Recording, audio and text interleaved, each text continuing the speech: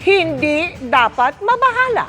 Yan ang tiniyak ng Health Department dito sa bansa sa kabila ng pangamba na sa kumakalat ngayong super flu tulad sa Amerika at United Kingdom.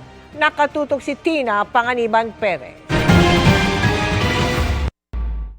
Sa Amerika, kung saan halos 15% ang idinami ng may influenza nitong kalagitnaan ng Disyembre, may mga nasawi na sa sakit. Kabilang ang isang 16 anyos na namatay 5 araw matapos makitaan ng sintomas ng trangkaso. Sa United Kingdom naman, kung saan tumaas ng 55% ang mga naospital dahil sa super flu nitong kalagitnaan ng Disyembre, ineengganyo namang mag-face mask ang mga nasa public transport at mga ospital. Dominant strain na H3N2 subclade K ang natukoy na super flu na ayon sa mga eksperto ay mas delikado dahil bago umano sa immune system. Pero ang mga nasa Pilipinas, tiniyak ng Department of Health o DOH na hindi dapat mabahala. Kinumpirma ng DOH na may naitalang mga kaso ng super flu sa bansa pero noong nakaraang taon pa at lahat gumaling na. And we've actually detected about July, August, about 17 cases that were determined to be of the new subclass of the super flu. All of them have recovered. Ang nabanggit na uri ng super flu, kayang labanan ng kasalukuyang bakuna laban dito. Yung pong tinatawag na AH3N2 J241 lineage, yung mas madaling sabihin na subclade K. Kasi yung mga bakuna against the flu for 2025 ay tumatalab sa subclade K. Sa ngayon po, wala po tayong mga kaso ng subclade K. At hindi rin anya lumalala ang epekto ng trangkasong yan kung pagbabatayan ang World Health Organization Risk Assessment. Hindi po lampas or tumataas mula dun sa karaniwang ating trangkaso yung subclade K. Pareho lang po siya, wala po tayong dapat ikabahala. At sa ngayon, walang bagong kasong naitatala. Pero paalala ng DOH, kung masama ang pakiramdam, magpahinga na lang sa bahay. At takpan ng ilong at bibig kung babahing at uubo. Flu is a self-limiting illness unless meron kang medical condition, may cancer ka, may elderly. If you're sick, stay at home. If you're infected, you have upper respiratory infection, you should cover your face with a face mask. And then, better stay at home. Inirerekomenda rin ng DOH sa mga babiyahe sa mga malalamig na bansa na magpabakuna ng angkop sa mga bansang yon. Although yung super flu, yun yung sinasabi nila, it is able to avoid the flu vaccine.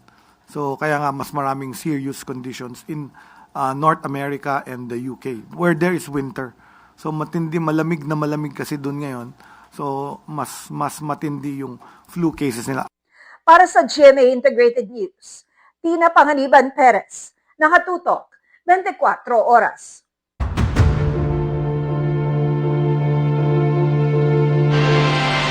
Depensa raw para sa yumaang si dating DPWH Undersecretary Catalina Cabral at hindi ebidensya ng katiwalian ang tinaguriang Cabral files ayon po yan sa kanyang abogado.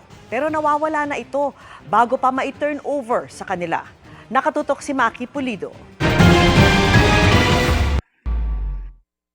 Para raw sa yumaong DPWH Undersecretary Catalina Cabral, ang mga hawak niyang dokumento na tinatawag ngayong Cabral Files, hindi ebidensya ng katiwalian, kundi ebidensya na wala siyang kinalaman sa anomalya sa flood control projects, ayon sa kanyang abogado. Ito raw ang dahilan, kaya magto-turn over dapat siya ng 6 na kahong puno ng dokumento kina Attorney May Divinagracia. Pero sabi ng kanyang abogado, hindi raw ito na turn over sa kanila at ngayon nawawala. Those documents would show na talagang she was just really following orders. Coming from Secretary Bonoan, those orders, mga instructions, directing her to vet and review certain projects if it's qualified for funding. Sa Senate Blue Ribbon Committee hearing, itinuro si Cabral ni dating DPWH Undersecretary for Operations, Roberto Bernardo, bilang mastermind ng kickback scheme sa DPWH. Sinabi rin noon ni Bernardo na may kapangyarihan si Cabral na magdagdag, magsingit o magbawas na mga proyektong popondohan sa National Expenditure Program. Itinanggi raw ito ng kanyang kliyente, ayon kay Divina Gracia. Ang sinasabi niya, hindi niya alam. Kasi kung meron man, mangyayari yan siguro sa awarding or sa implementation, but hindi kasi siya naging she was never a district engineer, she was never a director, kumbaga never siyang naging so hindi niya alam yung nangyayari sa mga district engineering offices and regional offices. Ang merong jurisdiction dito, the person who has supervision and control over these offices are the undersecretaries for operation. Wala rin daw tinanggap na kickback si Cabral. Wala raw mga mansyon si Cabral at simple lang ang buhay ng kanyang 2 anak. I went to their house in Tatalon. Hanggang namatay siya, dun sila nakatira. Kung meron siyang 20 billion, meron siyang house in Forbes, meron siyang house in Corinthians, bakit niya patitirahin doon yung mga anak niya? And you can also verify saan nagtatrabaho yung mga anak niya. Yung isa, ang description niya sa sarili niya, I'm just a cook in a hotel. Not even a chef. Yung isa naman is a salary grade 11 employee of the government. Bago siya natagpo ang patay sa ilalim ng bangin sa Benguet noong Disyembre, may mga nauna na raw ginawang tangka sa kanyang buhay si Cabral matapos siyang idawit ni Bernardo sa Senate hearing. Lagi niyang tinatanong sa akin, pinapatawag ba si Secretary Bonoan? Bakit merong mga offers of immunity dun sa mga tao who already admitted their participation in the scheme? She felt abandoned, parang she felt that she was being made a scapegoat. Sabi rin ng abogado ni Cabral, handa raw sana siyang humarap sa pagdinig noon ng ICI, pero hindi raw nito natanggap ang imbitasyon ng komisyon. Sumulat pa sila noong December 15 sa ICI para iparating ito. 3 araw matapos nito, namatay na si Cabral. Para sa GMA Integrated News, Maki Pulido, nakatutok, 24 oras. Dumami ang bilang ng mga Pilipinong unemployed o walang trabaho nitong November 2025 kumpara sa parehong buwan noong isang taon. Batay sa Labor Force Survey ng Philippine Statistics Authority o PSA, nasa 4.4% ang unemployment rate nitong Nobyembre, katumbas ng 2.25 million na mga individual. Mas mataas ito kumpara sa 3.2% noong November 2024. Pero kung ikukumpara sa October 2025, mas mababa ito sa naitala noong 5% nitong Nobyembre pa rin. Buwaba naman sa 95.6% o 49.26 million ang bilang ng mga Pilipinong may trabaho. Mula yan sa 96.8% noong November ng nakaraang taon. Ayon kay PSA Chief Claire Dennis Mapa, mas kaunti ang may trabaho noong Nobyembre sa kabila ng papalapit na holiday season dahil naapektuhan ng pagdaan ng Bagyong Tino at Bagyong Uwan ang accommodation at retail trade sectors.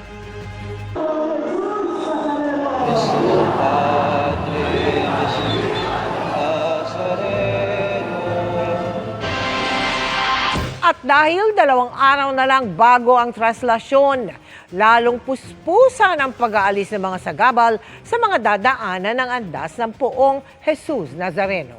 Nakatutok si Oscar Oida. 2 araw bago ang traslasyon ng Poong Jesus Nazareno, muling pinasadahan ng MMDA Special Operations Group Strike Force ang mga kalsadang dadaanan ng prosesyon. Kasangga pa rin nila ang mga tauhan ng Philippine Coast Guard at mga taga-Manila Traffic and Parking Bureau. Sa may Carlos Palanca Street, may mga tuktok at SUV pa ring nahatak dahil alanganin ng pagkakaparada. May mga nasita ding mga illegally parked na sasakyan sa may Quezon Boulevard at pagsapit ng Arlegui Street, nadagdagan pa ng gusto ang listahan ng mga nato na sasakyan. Sa may bangketa na kasi na dapat sanay nalalakaran ng mga tao na kaparada ang ilan sa mga ito. May mga motorista ring nasita sa samut-saring violation. Pag nasa publikong kalsada, sumunod tayo. Kasi unang-una, sumusunod pa nga kami. Hindi, ang unang-una, siyempre naka-uniforme ng barangay. Alam natin. Sinusot na yung damit niya para mapansin siya. Iba po ang usapan ng tumutulong kayo sa may nilalabag. Ang nilabag yung headnet. Gaya ng inaasahan, may mga nakipagtalo pero meron din namang mga aminado. Pero kung tutuusin, ayon sa MMDA, malaki na raw ang iniayos ang sitwasyon kumpara nitong mga nagdaang araw. Well, for one, no, tulad nung unang araw na nag-clearing tayo, merong barangay official na merong nga siyang tindahan, nangako siya na aalisin, and today pagbalik natin, true enough naman, nakipag-cooperate po siya at wala na doon. So based on our observation, medyo maayos naman po, nakikinig ang ating mga kababayan. Although, meron pa rin po mga pailan-ilan na lang po no, na they still refuse to cooperate. So yun, we have no choice kasi palapit na po ang D-Day. So definitely we have to be more strict and mas consistent. Kami po ay nagpapaalala sa lahat. Kapansin-pansin na rin ang sigasig ng mga barangay sa pagpapatrolya bilang paghahanda sa paparating na traslasyon. Simultaneous yung clearing operation. So I think with that approach, no, mas naging maayos, saka mas maganda yung naging clean up drive natin kasi nga consistent tuloy-tuloy. So definitely in the next few days towards the D-Day itself, ang nakikita natin mas magiging towards zero na po yung mga matutuo natin. Para sa GMA Integrated News, Oscar Oida, nakatutok, 24 oras. Niyanig ng magnitude 6.4 na lindol ang Manay, Davao Oriental bago magtanghali kanina. Ang paggalaw ng lupa ay naramdaman maging sa mga karatig na bayan at lalawigan. Nakatutok si Argel Relator ng GMA Regional TV. Sa lakas ng pagyanig, napatakbo palabas ng kanilang opisina ang dalawang ito sa Manay, Davao Oriental. Nagbagsakan din ang ilang gamit. Napasigaw naman ang ilang residente.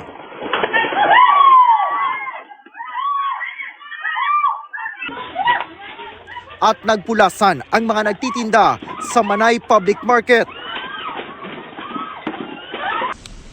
May mga napahinturin sa trabaho at agad bumaba ng hagdan.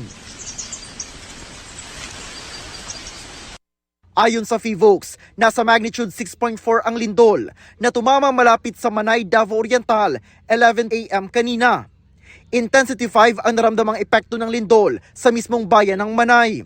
Gayon din sa Hinatuan, Surigao del Sur at Talacogon, Agusan del Sur.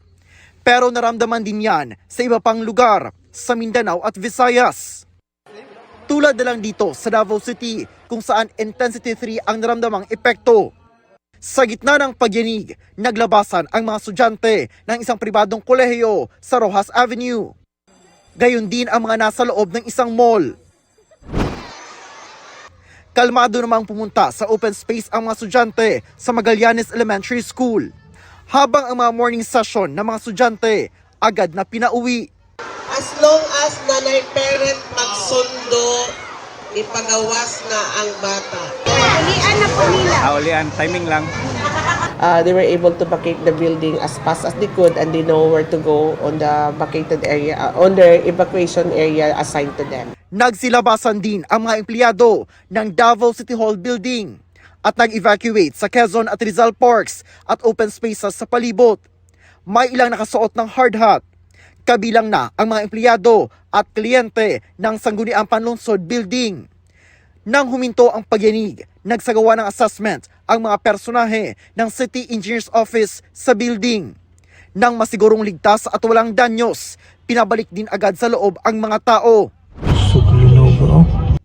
Tinamaan din ang Panabo, Davao del Norte, pero kalmado lang na lumikas ang mga estudyante palabas ng isang paaralan.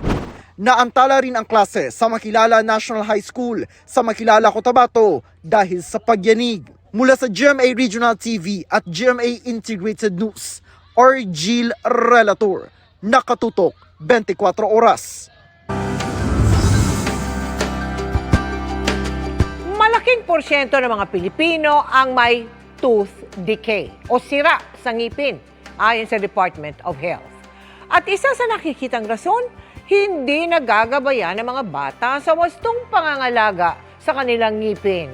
Kaya naman handog ng GMA Kapuso Foundation ang libreng oral care service at hygiene kits sa iba't ibang probinsya. Mula pagkabata, mulat na sa hirap ng buhay si May na taga Minilabak, Camarines Sur. Panganay sa 4 na magkakapatid si May.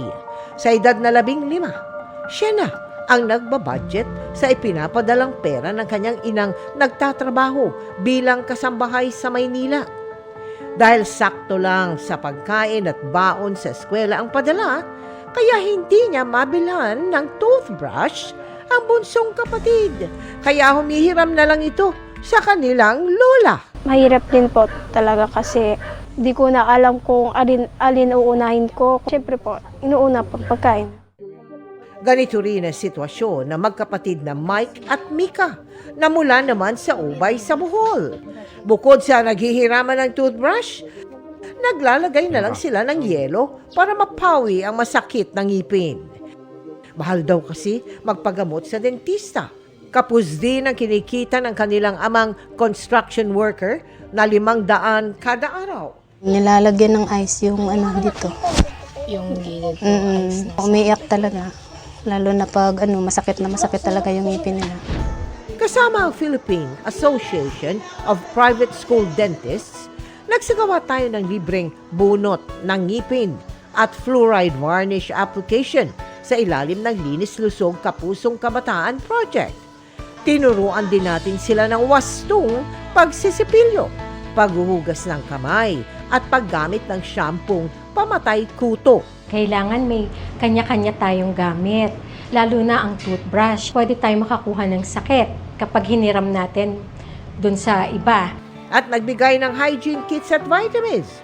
Sa kabuuan, mahigit 1,500 mag-aaral ang ating natulungan sa La Union, Camarines Sur at Bohol. At sa mga nais na magtumulong, maaari po kayo magdeposito sa aming mga bank account o magpadala sa Cebuana Lawolier. Pwede ring online via GCash, Shopee, Lazada, Globe Rewards at Metrobank credit cards. Samantala mga kapuso, bilang pakikiisa sa Oral Health Month sa darating na Pebrero, handog ng GMA Kapuso Foundation ang taunang Ngiting Kapuso, Libreng Pustiso Project. Ibalik na ang inyong ngiti at magpalista para sa libreng pustiso. Kung kayo po ay 35 years old pataas, walang buong ngipin sa parehong itaas at ibaba. Tumawag sa mga numero ng GMA Kapuso Foundation na naka-flash sa inyong TV screen. Simula bukas January 8 hanggang January 16, alas 9 ng umaga hanggang alas 5 ng hapon. Inuulit po namin tawag lang sa telepono ang inyong gawin. Hindi na kailangan pang pumunta sa tanggapan ng GMA Kapuso Foundation. Sinampahan ng kasong administratibo ang isang retiradong PNP official dahil sa pagsusuot umano ng mamahaling sapatos noong nasa serbisyo pa siya. Sa litrato, makikita si retired Brigadier General Jezebel Imelda Medina. Suot ang umunay luxury footwear habang naka-uniforme. Ayon sa National Police Commission, tinatayang mahigit 70,000 pesos ang halaga ng sapatos, katumbas halos ng isang buwang sakod ng isang Police Brigadier General. Nakakabahala raw ito lalo't kailangang payak ang pamumuhay ng mga nagseserbisyo publiko, lalo na mga senior police officers na nagsisilbing ehemplo para sa buong hanay ng kapulisan. Kinasuhan si Medina ng less grave neglect of duty and conduct unbecoming of a police officer. Kasama na rito ang hindi niya pagsumite ng psychiatric and psychological examination report ng isang police patrolman sa Quezon City Police District na sangkot umano sa vlogging na may bahid ng sedisyon. Sinusubukan pa ng GMA Integrated News na kunin ang panig ni Medina. Lalo pang sumadsad sa panibagong all-time low ang halaga ng piso kontra dolyar ngayong araw. Nagsara ang palitan ng piso at dolyar sa 59.355 pesos kada dolyar, ang pinakamahinang level ng piso sa kasaysayan. Mas mababa po yan sa pinakamababang palitan sa kasaysayan na naitala noong December 9, 2025 na 59 pesos at 22 centavos. Hinihingan namin ng pahayag ang Bangko Sentral ng Pilipinas kaugnay nito. Mga kapuso, update tayo sa Bulkang Mayon sa Albay. Nakitaan ito ng crater glow ngayong gabi. Sa camera footage na inilabas ng PHIVOX, makikita ang tila pagliwanag sa tuktok ng bulkan. Mas kita yan ng malapitan sa isa pang kuhang larawan. Ayon sa PHIVOX, naobserbahan ng crater glow na tinawag ding Banaag. Pasado alas 6:30 hanggang alas 7 ngayong gabi, naobserbahan umano ang superheated volcanic gas mula sa bagong magma sa ibabaw ng crater at incandescent material mula sa rockfall at pyroclastic density currents o pagdaloy ng uson. Nananatili ang alert level 3 sa Bulkang Mayon. Napuno ng emosyon ang labas ng gusali ng Supreme Court sa Maynila nang ilabas ang resulta ng 2025 bar examinations kanina. Mahigit 5,000 examinees ang nakapasa. Ang kwento ng kanilang pagpupursige, tinutukan ni Sandra Aguinaldo. To release, upload, and publish the list of the successful examinees of the 2025 bar examinations on the Supreme Court website. Congratulations and Sa hudyat ng chairperson ng bar examination, inilabas ngayong hapon ang resulta ng 2025 bar exams. Maya-maya pa, bumuhos ang emosyon ng ilan sa nakapasa at kanila mga kaanak at kaibigan na nagpunta sa Supreme Court para abangan ang resulta.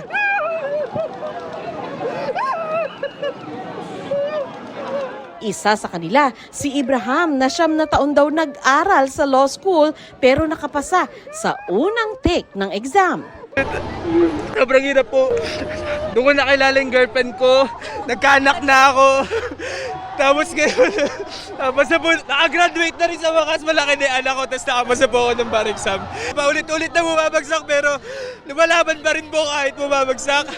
Maririnig ang hiyawan ng iba't ibang grupo bilang pagbubunyi. Ang iba, kasama ang kanilang pamilya. Ang iba naman kasama ang mga kaklase at kaibigan.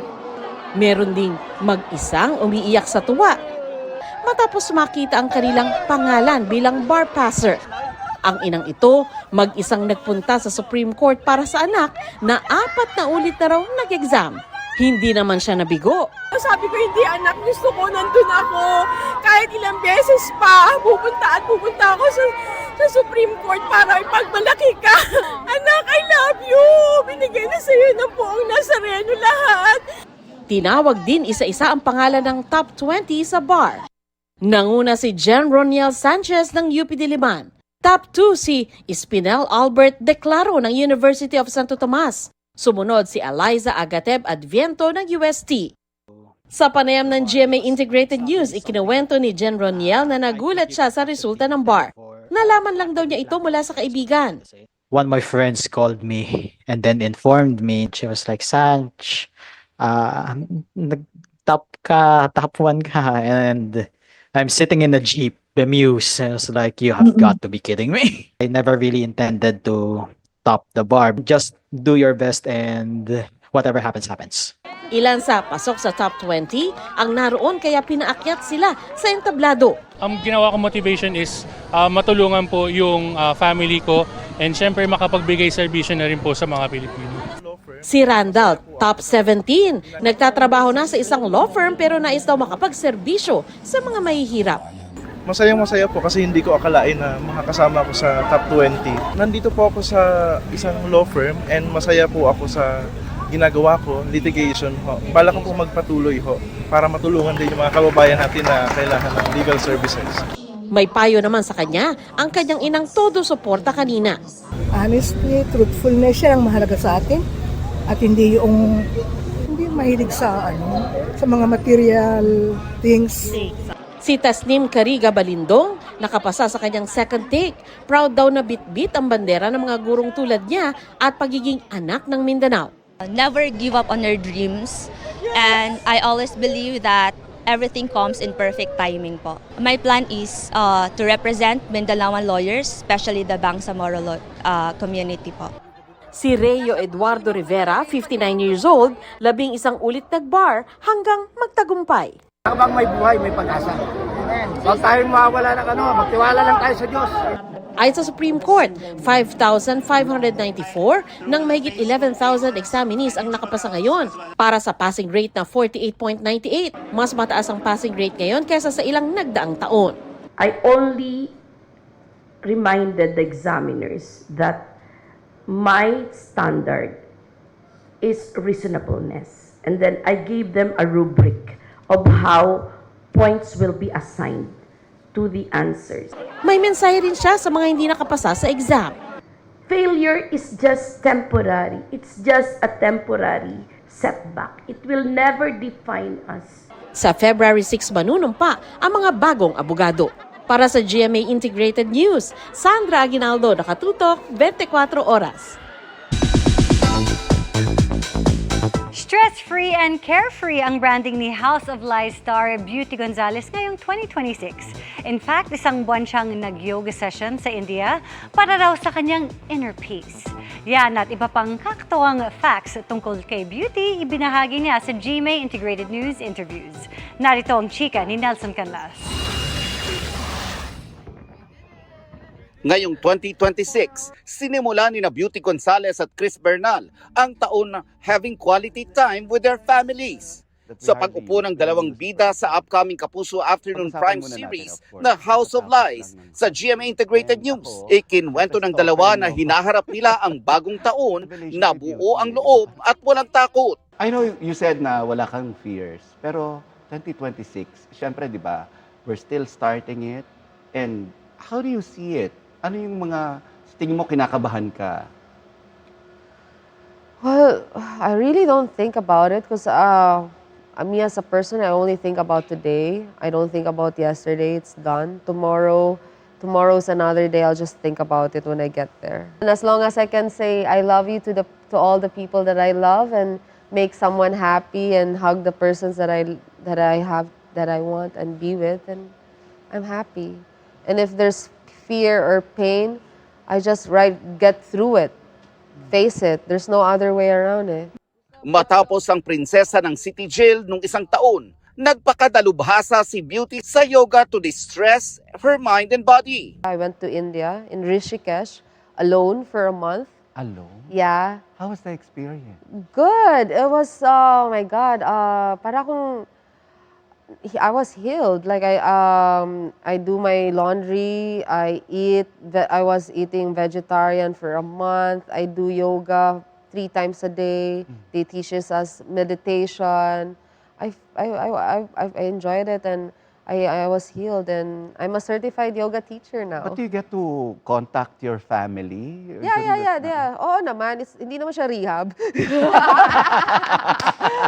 Ano naman siya, may ano naman ako FaceTime naman. Pwede naman. Pero my school kasi was on top of a mountain. Pinili ko talaga na out of the city kasi alam kong tatakas lang ako sa gabi at pa-party. So pinili ko talaga na very secluded school sa taas. And then, bawal kaming tumakas kasi may mga tigers sa labas. Literally. Literal na tiger. Yeah. I mean, if I could only do a vlog, it's a fun experience. Pero yeah, yun. So I did it. I just did it. And then my graduation, sumunod yung family ko. Masasabing hindi ordinaryo ang mga gustong puntahan ni Beauty. Ang kanyang choice of vacation places, hindi pangkaraniwan. I like going to obscure places din eh. So Yung hindi touristy. No, yeah. Like this year I went to India, went back to India for a month, and this year naman I'm thinking about going to Socotra Islands or maybe Egypt or I don't know, Sri Lanka. Because I like something different. I like culture, I like to see colors, I like to see something new in my eyes. The way I heard it is parang yung mga lugar na pinupuntahan mo, parang minsan baka walang credit card. Meron naman. Awa ng Diyos. Wala kang credit card, di ba? Yeah, oh my God, booking mo. At si Beauty, chill lang parati. In fact, wala ro siyang worry kahit sa mga stressful situations. Yeah, because I don't check my passport. And then nagkaroon na kami ng ticket, and then when I got to the plane, it's like, oh, Mom, your passport is expired. So I go, no. Bakit? Why? Bakit ako dumaan ng immigration at nakaabot? Why? What happened to your bridal shower? Wala. They all had fun. And I just had to go back to the luggage and look for my bag. One time, naiwan ako because my real name, nakalimutan ko. It's Christine Marie Gonzalez, hindi Beauty Gonzalez. I was like making chika. It's like, oh my God, it's my name. Wait! Okay, naiwan ako ng flight. Bukas, si Chris Bernal naman ang magbabahagi tungkol sa kanyang pagiging ina. Yes, at saka hanggang ngayon breastfeeding pa ako. Hanggang ngayon? Oo. Ang pagbabalik sa GMA at ang kanyang pagiging palaban. Nelson Canlas, updated sa Showbiz Happenings. And that's my chika this Wednesday night. Ako po si Iya Arellano. Miss Mel, Miss Vicky Emil. Salamat, Iya. Iya. Tayo naman dito sa GMA Integrated News, hindi magbabago at lalong pursigido sa pagbibigay serbisyo ngayong 2026. Inspired tayo, ma'am, ng ating mga manonood, ng ating mga kasamahan, at ng mga nagpapakalaga sa ating pagbabalita. Tulad ng pagkilalang ito, Presenter of the Year 2025, para po sa ating 24 oras anchor na si Vicky Morales mula sa Association for International Broadcasting Awards. Ay, Ma'am, maraming makikilala po. salamat. Hindi ko alam yan. Congratulations po. Emil, bukod dito, Thank you. sa 24 oras, Salamat. napansin din nila ang husay ni Vicky sa pag-a-anchor niya sa ating election 2025 special coverage at sa pag-host niya sa news documentary na Biyaheng Totoo Sana sa Eleksyon 2025 at coverage sa pagpanaw ni Pope Francis at ang Papal Conclave kung saan napili si Pope Leo XIV bilang leader ng simbahan. Naku, maraming salamat sa inyo. Deserve, Mel, Emil, deserve, Iya, thank you deserve. very much. At sa mga kasamahan ko dito sa GMA Integrated News. Thank you very much po sa inyo. Ba, mag-blow out ka na ngayon. Ay, ha? syempre. Ang haba ng aming congrats sa'yo. Magsabi lang kayo, tita.